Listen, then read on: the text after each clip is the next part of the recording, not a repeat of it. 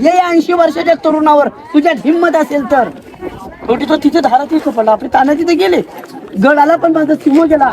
आजपासून या गडाचं नाव सिंहगड. बघा असा आपला मराठ्यांचा इतिहास आहे. जिवंत इतिहास आहे आजही. पण इकडे लक्ष द्या मुलांनो, समोरचे विटाचं बांधकाम दिसलं का लोक उभे ते आपल्या महाराजांचा टाकसाळ आहे. टाकसाळ म्हणजे काय तर शिवरायांच्या काळामध्ये होण, शिवराई आणि राजमुद्रा त्याच्यात बनवले जायचे. बघा सगळ्यात महत्वाची की महाराजांची राजमुद्रा आणि होण म्हणजे महाराजांचा त्यागाचा पगार तिथे बनवलं की बघ घडवलं जातं. म्हणजे सोन्याचे कॉईन्स तिथे बनवायचे.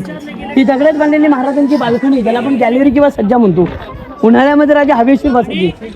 आणि मी तुम्हाला बहिर्जी नायकांबद्दल जे सांगत होतो ओरडून, त्या बहिर्जी नायक महाराजांनी इथे पाठवली द्यायची. मॅडम बघा पुढे पुढे मागे या दीदी मागे या. हा बघा मुलांना इथे खड्डा आहे. त्या कोपऱ्यातून उतरला रस्ता बघा त्या कोपऱ्यात आणि तिथनं पायऱ्यात खाली उतरायला 10x10चा रूम आहे. याला खलबतखाना म्हणतात.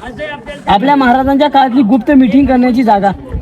मुलांना मराठीतली म्हण आहे की या कानाचं या कानाला कळलं नाही पाहिजे. म्हणजे अशा चर्चा बहिर्जी नायक राजा या खलबतखान्यामध्ये गुप्त मीटिंग करायची. हे समोरचे जे इलेक्ट्रिक पोल दिसतो का तिकडचं डोंगर तो हिरकणी पुरुष. तुम्हाला हिरकणीची स्टोरी मी राज सदरेवर सांगतो.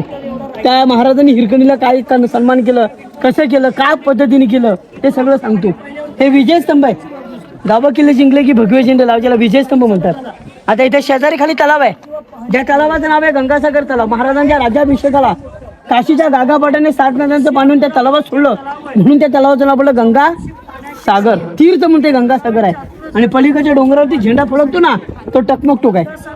चोरी लावाडी केली की तिथून त्याला सरळ फेकून द्यायची. सगळ्यांनी तलाव बघायचं न बरं आणि राज सदरेवर जाऊया. बघा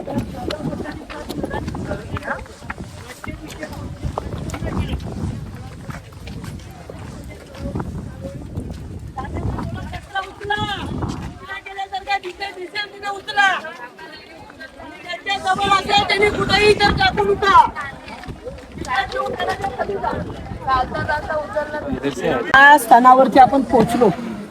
हेच आपलं पवित्र स्थान आहे जिथे अन्याय कधी कुणावर झाला नाही.